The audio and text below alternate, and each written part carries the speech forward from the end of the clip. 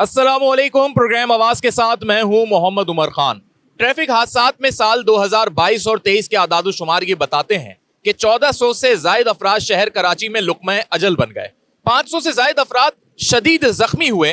Traffic हादसात हैं कि थमने का नाम नहीं ले रहे। पुलिस हो या फिर दीगर कानून नाफिज करने वाले इदारे और इंतजामिया अपनी जानिब से अपना किरदार तो अदा कर रही है, लेकिन आए रोज ट्रैफिक हादसात मामूल बनते जा रहे हैं। आज के प्रोग्राम में हम आवाम से भी जानेंगे रजाकार किस तरीके से किसी भी मुतासिरा शख्स को इमदाद फराहम करते हैं, ये भी दिखाएंगे, और साथ ही ट्रैफिक पुलिस के अफसरान क्या अपनी राय अपनाते हैं और किस तरीके से वो अपनी जिम्मेदारियां अदा कर रहे हैं। इन सारी बातों का अहाता होगा प्रोग्राम आवाज में। अस्सलामु अलैकुम। वालेकुम अस्सलाम। ये बताएं कि ट्रैफिक हादसात बढ़ते जा रहे हैं, आपने तो माशाल्लाह हेलमेट रखा हुआ है, लेकिन बहुत सारे भाई हमारे बगैर हेलमेट के बाइक चलाते हैं। अक्सर यंगस्टर जो हैं वो इसको नहीं फॉलो करते। आपकी नज़र में क्या वजूहात हैं ट्रैफिक हादसात के बढ़ने की? ज्यादातर वजूहत तो ये ट्रैफिक जाम होने की वजूहत है ना, जिसके ये देखो पार्किंग देखो कितने कैसे पार्किंग हुई पड़ी है। ना किसी को पार्किंग का ख्याल है, ना किसी को जो है ना किसी का ख्याल है। हेलमेट तो आजकल कोई भी नहीं पहन रहे। चालान भी तो बहुत हो रहे हैं इसमें। चालान कहाँ हो रहे हैं? हमारे हिसाब में तो कोई चालान नहीं हो रहा, कोई चालान नहीं है हमारे। अच्छा, आदाद शुमार बता रहे हैं कि जी चालान भी कर रहे हैं और मजीद भी इकदाम किए जाएंगे, लेकिन सवाल ये पैदा होता है कि लोग अपनी सेफ्टी खुद क्यों नहीं तरजीह देते कि भाई हमारी जान कीमती है, चंद 100 रुपए का ही तो होगा हेलमेट। अपनी सेफ्टी के लिए सोचेंगे ना, हम दूसरे को क्या देखेंगे? दूसरे को आप बोलेंगे वो आपको गलत बोल देगा। ट्रैफिक हादसात बहुत बढ़ते जा रहे हैं, किसको जिम्मेदार समझते हैं? आवाम को। आवाम को? हाँ, आवाम को अवेयरनेस नहीं है कि रोड कैसे क्रॉस करना, कैसे क्रॉस करनी है, किधर देखनी है। ये रोड पे आते गलत क्रॉसिंग करते, हर जगह पार्किंग रखी हुई है। पार्किंग का भी इशू है। हाँ, पार्किंग की भी इशू है। सदर में देख लेना, हर जगह पे पार्किंग कर लेते हैं। मिनी बस हो गई, कोचेज हो गई, ये भी बड़ा जो है ना स्पीड में चलाती हैं। स्पीड में चलाती है, देखते नहीं है कि आवाम किधर से गुजर रही है। इसी सूरत में आवाम क्या करे? आवाम को अवेयरनेस होनी चाहिए कि किधर से गुजर जाए।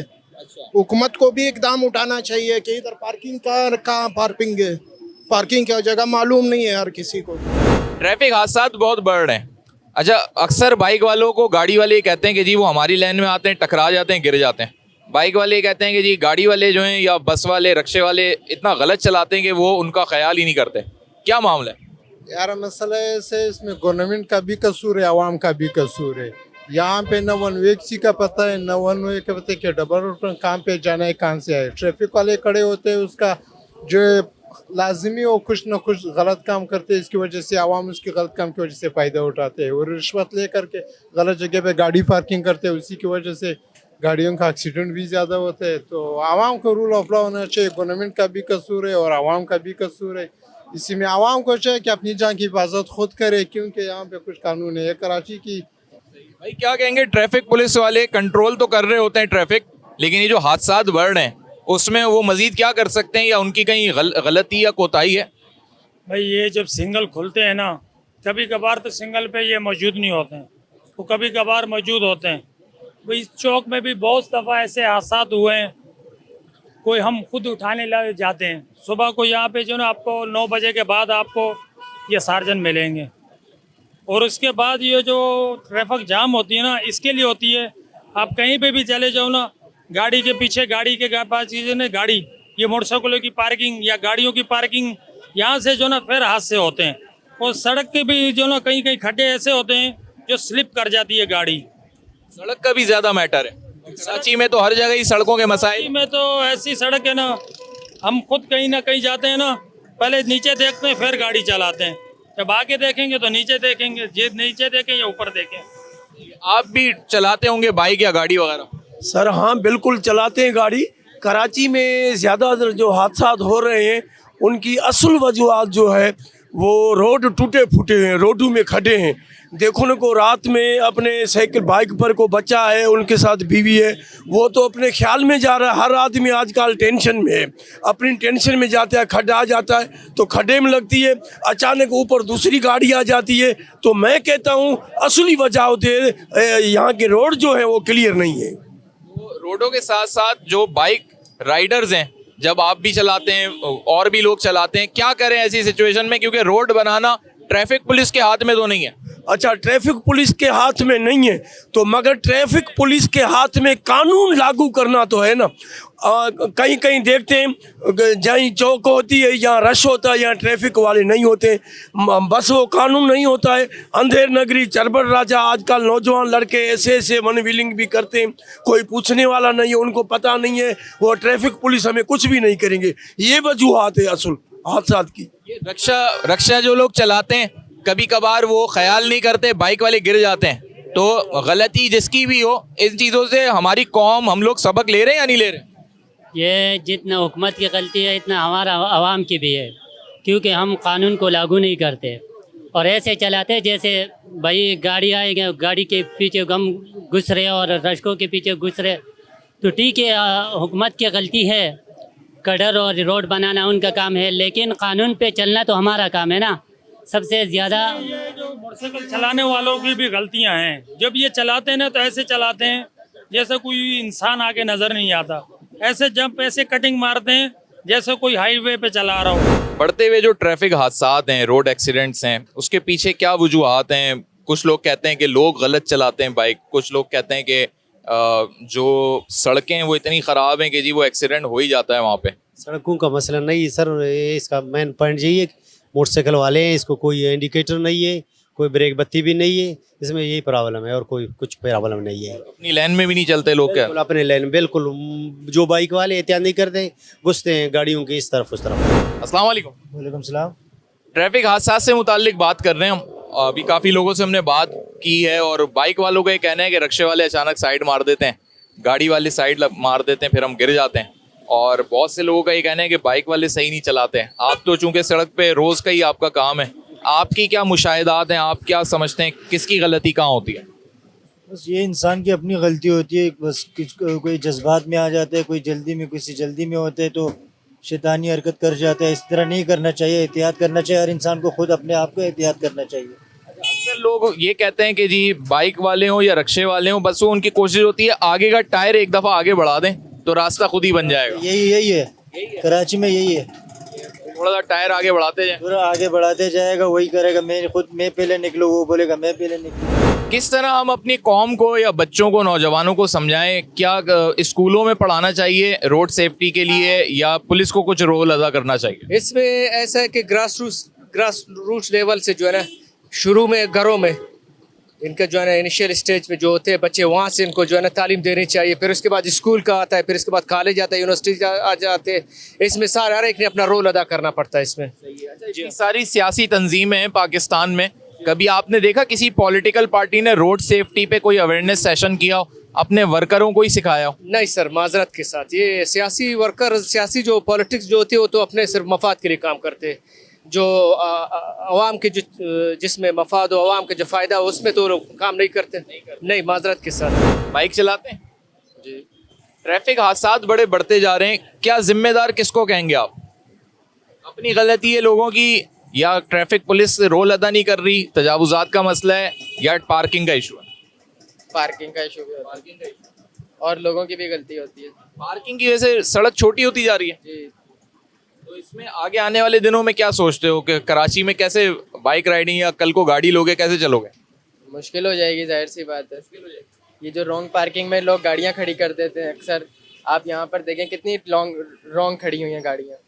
अच्छा, इसको सही करना चाहें तो कैसे कर सकते हैं हम सही? पुलिस को कोई रोल अदा करना होगा या कौम खुद से कुछ करेगी? ट्रैफिक पुलिस को करना चाहिए, ट्रैफिक पुलिस को करना चाहिए। आवाम को भी देखना चाहिए कि वो जो है ना रॉन्ग ना खड़ी करे।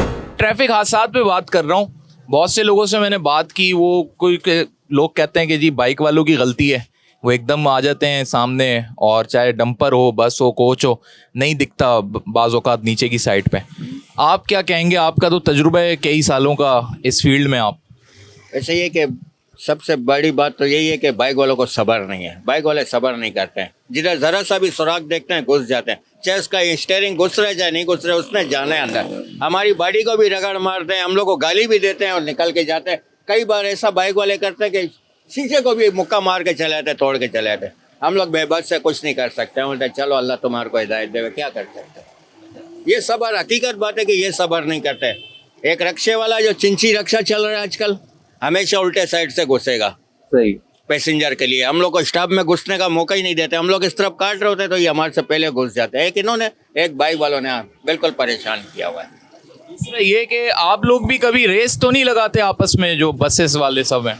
तकरीबन रेस का बात है तो अगर गाड़ी पहुंच जाए तो हम ज़ाहिर बात है भगाते हैं कि भाई अपना सवारी नहीं उठाने देते हैं उसको। दूसरा मुखालिफ गाड़ी को देखते हैं, उससे थोड़ा हम लोग अवर हो जाते हैं, उससे आगे हो जाते हैं कि भाई फासला कर देते हैं कि भाई ये हमारे को क्रॉस ना करे। मुखालिफ गाड़ी भी हमारा पैसेंजर उठाता है, बस ये हम लोग करते हैं। इतना नहीं है कि हम लोग बिल्कुल ही आंखें बंद करके नहीं चलते हैं कि अंधों की तरह। ये है कि मजदा वाला देखा जाए तो बहुत एहतियात करता है इस चीज़ में। अगर एक उसको जानवर कोई परिंदा भी नजर आ जाए, कोई बिल्ली भी नजर आ जाए तो हम लोग स्टीयरिंग काटते हैं या रुक जाते हैं, उनसे जाने तो अल्लाह ने इसमें भी साड़ है।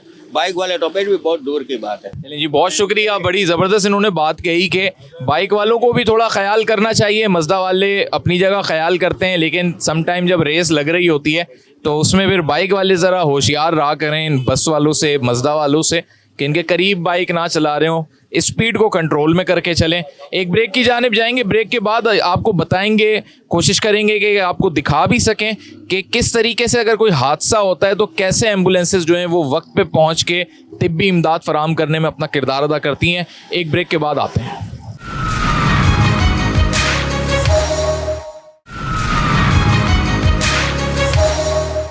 वेलकम बैक नाजरीन। आज प्रोग्राम आवाज़ में जहां हम बात कर रहे हैं ट्रैफिक हादसात की, वहीं ये समझना ज़रूरी है कि ट्रैफिक हादसे के बाद सबसे इम्पॉर्टेंट रोल और सबसे पहला किरदार एम्बुलेंस का होता है। इसमें जो रज़ाकार और फलाही इदारे हैं उनके रज़ाकार बड़ा इंपॉर्टेंट किरदार अदा करते हैं कि बर वक्त वो वहाँ पर पहुँचते हैं और अपनी खिदमात अंजाम देते हैं, चाहे ज़ख्मी हो या फिर हादसे की सूरत में अगर खुदा न खास्ता किसी की जान चली जाती है तो भी यही एम्बुलेंस एहलकार सबसे पहले पहुँचते हैं। कैसे ये पहुँचते हैं? बहुत सारी फलाही तंजीमें हैं शहर कराची में, पाकिस्तान में। छीपा एक बड़ा मशहूर नाम है और छीपा एम्बुलेंसेस का बड़ा किरदार है, और हम देखते हैं कि जहाँ पे भी कोई हादसा होता है तो लोग 1020 पे फौरी तौर पर इत्तला देते हैं। क्या प्रोसेस होता है आज आपको हम रियल टाइम ये सारी चीज़ें दिखाएंगे। मैं मौजूद हूँ कराची के इलाके शारे फैसल के नज़दीक ही छीपा का यहाँ पे दफ्तर है, और इधर कंट्रोल रूम भी एक बना हुआ है जहाँ पर इनके पास कॉल्स आती हैं अगर कोई भी हादसा हो जाता है। तो अंदर चलते हैं, देखते हैं कि क्या मनाजिर होते हैं, किस तरीके से ये लोग इस चीज़ को ऑपरेट करते हैं। हम दाखिल हो गए हैं यहाँ पर जो कंट्रोल रूम बना हुआ है छीपा का, और हमारे साथ मौजूद हैं छीपा फाउंडेशन के तर्जुमान हैं जनाब चौधरी शाहिद साहब। अस्सलाम वालेकुम, कैसे मिजाज हैं? अच्छा, मुझे बताएं कि पहले तो एक बड़ी इंपॉर्टेंट चीज़ ये कि बतौर रज़ाकार, एक रज़ाकार की जो ज़िंदगी होती है उस पर एक छोटा सा आप ये ज़रूर मुझे अपना एक ओवरव्यू दें कि क्या एक नॉर्मल लाइफ होती है, 24 घंटे आप इस काम में लगे रहते हैं, या हम ये समझते हैं कि भाई जैसे कॉर्पोरेट सेक्टर के मुलाजिम की ज़िंदगी 9 to 5 की जॉब की, फिर फैमिली को भी टाइम दे रहा है, इस तरह टाइम दे पाते हैं? नहीं, इस तरह का कोई हमारे जो रज़ाकार है वो नहीं टाइम दे पाते।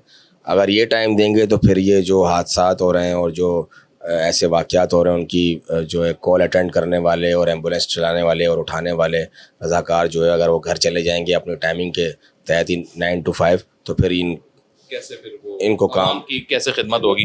अच्छा, मैं देख रहा हूँ यहाँ पर लोग बैठे हुए हैं, क्या गालिबन यही कंट्रोल रूम है, यहीं पे इत्तलात आती हैं अगर कोई हादसा हो जाता है? जी जी बिल्कुल, यहीं पर इत्तला आती है। तो वैसे एक समझाने के तौर पे बता सकते हैं कि दिन भर में कितने ऐसे हादसात हैं जिनकी इत्तलात आती हैं? सैकड़ों कॉलें आती हैं हमारे पास हादसात की, और सैकड़ों ही हम रज़ाकार जो है रोज़ाना की बुनियाद पर हादसात में ज़ख्मी होने वालों को शिफ्ट करवा रहे होते हैं अस्पतालों में। सही है। चौधरी शाहिद साहब जो हैं यहाँ पर अपनी जिम्मेदारियाँ भी अदा कर रहे हैं, फोकल पर्सन भी हैं। मेरे आप राइट साइड पे देख सकते हैं कि तमाम इनके रज़ाकार यूनिफॉर्म में जो है वो बैठे हुए हैं और मुसलसल जो है वो फ़ोन रिंग हो रहे हैं, और प्लस ये कि जो भी ये समझें कि इत्तलात आ रही होती हैं, तो जिस तरह भी इनको पता लग रहा है कंट्रोल रूम से इनको बताया जा रहा है, ये इनको जो सिविलियन है कॉल करने वाले वो कॉल कर रहे हैं। अच्छा। और ये मेरे ख्याल में गालिबन किसी हादसे की इत्तला दी है इनको।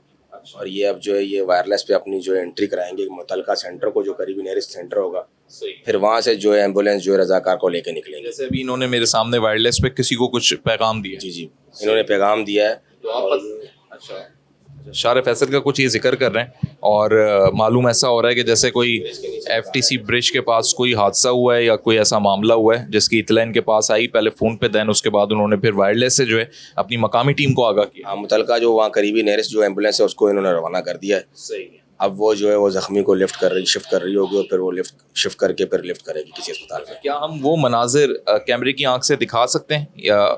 क्योंकि हम शारे फैसल के नज़दीक ही हैं, मेरे ख्याल से हम पहुंच सकते हैं वहाँ पे। पहुंच जाएंगे अच्छा, आपकी एम्बुलेंस फौरी तौर पे निकलेगी? बिल्कुल, ये क्विकली निकल गई होगी। अच्छा, निकल चुकी होगी, सही है। तो उस स्पॉट का अगर पता लग जाए और हम वहाँ पे ही पहुँच जाए। ब्रिज के नीचे बताया उन्होंने कि एक्सीडेंट हुआ है। अच्छा, तो नाज़रीन वहाँ पे चलते हैं, देखते हैं क्या मनाजिर हैं, अल्लाह रहम फरमाए। और सबसे बड़ी बात ये कि किस तरीके से एक ज़ख्मी को ट्रैफिक हादसे के बाद जो है अस्पताल या जिस जगह पे भी पहुँचाना है तिब्बी इमदाद के लिए, क्या वो प्रोसेस होता है वो भी आपको दिखाते हैं।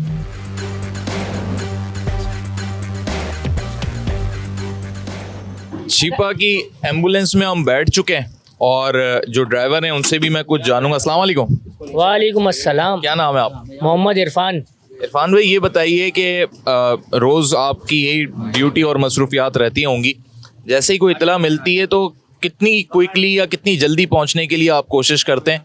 और लोग रास्ता दे देते हैं, क्योंकि हम भी देख रहे होते हैं कि आप लोग सायरन बजा रहे होते हैं, लेकिन मुश्किल होती होगी आपको। बहुत मुश्किल का सामना करना पड़ता है, सायरन बज रहा होता है मगर लोग रास्ता नहीं देते। फिर भी हमारी कोशिश होती है कि कम से कम 2 से 3 मिनट में वहाँ पहुँच जाएँ, सही है, जाके उसकी जान बचा सकें। मतलब रास्ता नहीं मिलता, उसकी वजह से हम लेट हो जाते हैं।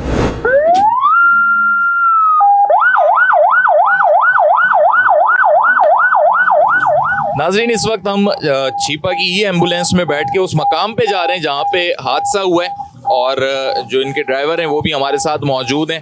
तो ऐसे मराइल में वहाँ पर ऑलरेडी एक एम्बुलेंस जो कि ज़ख्मी को कैरी करने के लिए पहुँचेगी या जो भी हादसे की जगह है, लेकिन उससे कबल जो है क्या वो सारा सिस्टम होता है, किस तरीके से ये पहुँचते हैं, वो हम आपको दिखाना चाह रहे हैं। तो एक ऐसी सिचुएशन में आप ये बताएं कि सम टाइम ट्रैफिक जाम भी होता होगा, और इस वक्त तो आप जिस स्पीड में आप चला रहे हैं गाड़ी, अमूमन आप किस स्पीड में चला रहे होते हैं जब फ़ौरन पहुंचना होता होगा? तकरीबन हमारी गाड़ी स्पीड में जा रही है 90-80 की स्पीड में हम लोग जा रहे होते हैं। 90-80 की? जी हाँ, हमारी कोशिश होती है जल्दी पहुंचने की। मतलब ये है कि ट्रैफिक जाम होता है, इसकी वजह से हम कोशिश तो हमारी जल्दी होती है पहुंचने की। ये बताएं, एक से ज़ायद ज़ख्मी हो तो एम्बुलेंस एक ही होती है या दूसरी फ़ौरन पहुंच जाती है? नहीं, एम्बुलेंसें तो ज़्यादा होती हैं, पहुंच जाती है दूसरी। जब तक हम एक को शिफ्ट कर रहे हैं, पीछे गाड़ियाँ आ जाती हैं हमारे पास। अगर अवेलेबल नहीं पहुंचती तो हमारी कोशिश होती है इसको इसी गाड़ी में शिफ्ट करके इसको भी साथ ले जाएं। अच्छा, ये भी बताइए कि जिसका रोड एक्सीडेंट हुआ होता है वो बेचारा उस टाइम पे एक तो बड़ी अजीब सी कंडीशन में होगा, तो उसको करीबी अस्पताल आप लोग डिसाइड करते हैं कि कौन से अस्पताल जाना है, या किस तरीके से वो मैकेनिज्म बनता है, या वो भी आपको कोई गाइड करता है आपके वॉकी टॉकी पे? गाइड तो पहले से हम लोग हुए हुए होते हैं। अगर होशो आवाज़ में होता है, अगर वो बोलता है कि मुझे इस अस्पताल में ले जाओ, तो हम ले जाते हैं। इसलिए वो अपने होशो आवाज़ में वो पहचान रहा है सबको। अगर हेड इंजरी वगैरह होता है तो फिर हम सिविल जिला अब्बासी लेके जाते हैं, इसलिए वहाँ अमल बनती है। और आपके अपने रज़ाकार भी होते हैं उन सरकारी अस्पतालों के पास, ताकि आप जब पहुँचें एमरजेंसी में तो कोई ऐसा मसला ना हो, डिले ना हो, पेशेंट जो है उसका खून भी बह रहा होता है उस टाइम? नहीं, पहले से हमारे वर्कर वहाँ मौजूद होते हैं जो स्ट्रेचर वगैरह लेके ऑलरेडी खड़े हुए होते हैं। अच्छा। कि हमें गाड़ी से उतरने की ज़रूरत नहीं होती, तो खुद ही शिफ्ट करवा लेते हैं। कभी खुदा न खास्ता वीवीआईपी प्रोटोकॉल या इस चीज़ की वजह से कोई रुकावट का सामना तो नहीं करना पड़ा? नहीं, वीआईपी प्रोटोकॉल जब गुजर रही थी वो हमें खुद रास्ता दे देती है। प्रोटोकॉल रास्ता दे देता है प्रोटोकॉल हमें रास्ता। से ज़्यादातर एक्सीडेंट्स जो हैं आप क्योंकि जब पहुँचते हैं इन मकामात पे किसके होते हैं? बाइक एक्सीडेंट्स हैं, गाड़ियों के भी होते हैं? सबसे ज़्यादा तो बाइक के होते हैं। बाइक के होते हैं? जी हाँ। स्लिप हो जाते हैं लोग, टकरा जाते हैं, या ओवर स्पीडिंग लगती है आपको? स्लिप हो जाते हैं, ज़्यादा तो स्लिप नहीं होते, ज़्यादा ये ओवरटेक गलत करते हैं बाइक वाले, गाड़ियों के अंदर घुसते हैं, जिसकी वजह से इनको बहुत मुश्किलात का सामना करना पड़ता है। ख़वातीन का क्या रेशो रहता है इन एक्सीडेंट्स में? क्योंकि बाइक राइडर्स की जब बात हो रही है तो ख़वातीन भी अक्सर बैठी होती हैं बाइक पे उनके साथ। जी हाँ, बिल्कुल, ख़वातीन का भी एक्सीडेंट होता है बाइक पे, मगर उनके बरक़े वगैरह, कपड़े वगैरह ज़्यादा चैन में आ जाते हैं, जिसकी वजह से उनका।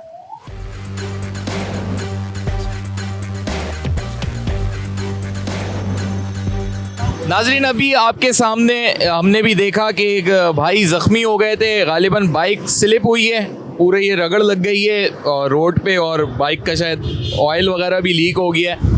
और यहाँ पर एक और रज़ाकार है। अस्सलाम वालेकुम। वालेकुम अस्सलाम। क्या नाम है? औरंगज़ेब नाम है। अच्छा, ये स्लिप हो गए थे, ये क्या हुआ था इनके साथ? ये किसी नामालूम गाड़ी ने इनको हिट किया, तो ये अचानक जो ना गाड़ी इनकी अनबैलेंस हुई, आके गिरे। अभी हमने भी देखा, होश में थे या बिल्कुल ही मदहोश कैफियत थी, क्या मामला? इनकी जो टांग है वो बाइक के नीचे फंसी थी, लग तो ये रहा था कि इनकी टांग वांग टूट गई, शदीद जख्मी थे, होश में तो थे लेकिन बहुत तकलीफ में थे। और अभी करीबी अस्पताल उनको ले गए? जी जी बिल्कुल। अभी इनको ये बाइक का क्या करेंगे, क्योंकि वो तो इस वक्त स्टेबल कंडीशन में ही नहीं है, और उनका कोई सामान वगैरह तो नहीं गिरा? नहीं सामान तो ये नहीं, अभी पुलिस 15 पे इतला करेंगे, बाइक जो है पुलिस वालों को हैंड ओवर कर देंगे। यानी अगर खुदा न खास्ता कोई सामान गाड़ी कोई भी उससे मुतालिक चीज़ें वो पुलिस के हवाले कर देते हैं। जी जी बिल्कुल, पुलिस को हवाले कर देते हैं। हमारे साथ जो इनके तर्जुमान है वो भी यहाँ पहुँच गए। चौधरी शाहिद हुसैन साहब, अस्सलाम वालेकुम। शाहिद भाई, अभी आप भी पहुँचे यहाँ पे, हमने भी पूरे वो मनाजिर देखे और ये वो मकाम है जहाँ पे बता रहे हैं कि जी वो हिट किया और फिर बाइक वाला आके यहाँ पे वो गिर गया राइडर ना।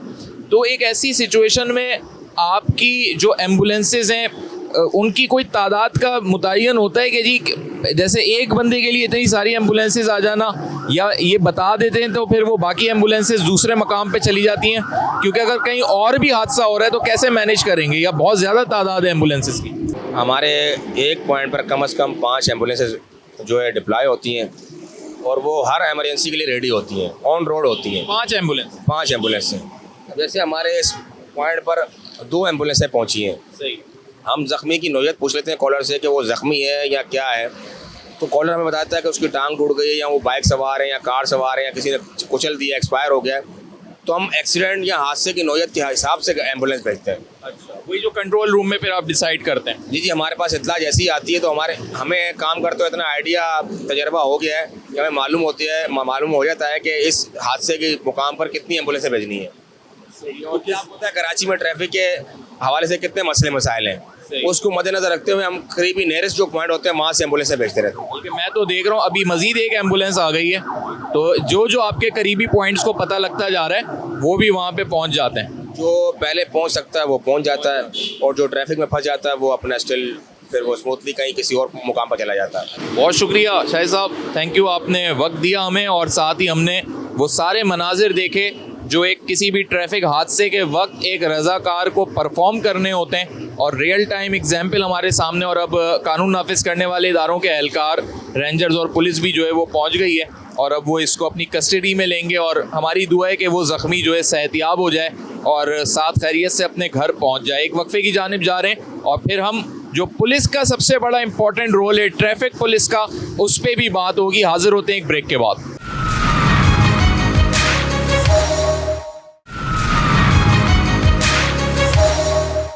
वेलकम बैक नाजरीन। कराची में ट्रैफिक हादसात की रोकथाम के लिए पुलिस अपना किरदार अदा कर रही है, और पुलिस के साथ साथ जो NGOs हैं, दीगर स्टेक होल्डर्स हैं, समाजी तंजीमों के साथ साथ असातिज़ा और तलबा, सबको मिलकर अपना किरदार अदा करना होगा। हम मौजूद हैं इस वक्त SSP ट्रैफिक सेंट्रल जनाब डॉक्टर कमर रिजवी साहब के दफ्तर में, और उनसे हम गुफ्तगू करेंगे। अस्सलाम वालेकुम। वालेकुम सलाम। कैसे मिजाज हैं डॉक्टर साहब, खैरियत से हैं? डॉक्टर साहब, पूरी दुनिया में इस वक्त ये ऑब्जर्वेशन की जा रही है कि ट्रैफिक हादसात की रोकथाम के लिए जो भी इकदाम उठाए जाते हैं उसकी बेसिस वो डेटा होता है जिस पर यह अंदाजा होता है कि कितने ट्रैफिक हादसात बढ़ रहे हैं, उसकी वजूहात क्या हैं, और फिर इदारों के दरमियान की कोऑर्डिनेशन होती है।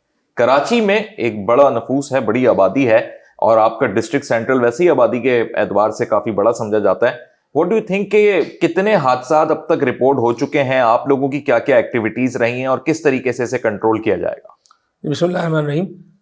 उमर, बात यह है कि मैं अभी पहले भी मैं सर्व कर चुका हूँ। गुज़िश्ता 1 माह तकरीबन हुआ है, अभी मुकम्मल नहीं हुआ, कि मैं यहाँ ज़िला सेंट्रल में पोस्ट हुआ हूँ। शुरू ही में हमने जब चार्ज संभाला तो मीटिंग्स हुई, और IG साहब और DIG साहब ने हमें अच्छी तरह से आगाह किया कि हमें करना क्या है, और बहुत सीरियसली इसको टेकअप किया जा रहा है। की तरफ से भी IG साहब भी इसको बहुत सीरियसली टेकअप कर रहे हैं। DIG साहब तो उनको हर मामले का इल्म है, हर परेशानी का इल्म है, ट्रैफिक की हर रोड, हर जो लॉजिस्टिक प्रॉब्लम है, उन सब का अच्छी तरह से इल्म है। सही। तो उन्होंने हमें भी अच्छी तरह DIG साहब ने आगाह किया हुआ है।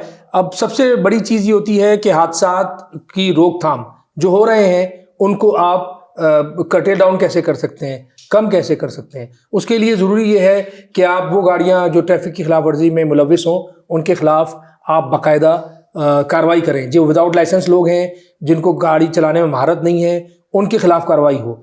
और जो रोड के ऊपर एक्सीडेंट का बाइस बन सकती हैं चीज़ें, जो हादसात का मसलन ये कि हेलमेट के बगैर अगर कोई जा रहा है तो वो खुद विक्टिम हो सकता है, और मामूली हादसा जो है वो उसको, ये खिलाफ वर्जी भी है, और खिलाफ वर्जी इस हद तक है कि वो खुद अपनी जान को खतरे में डाल रहा है।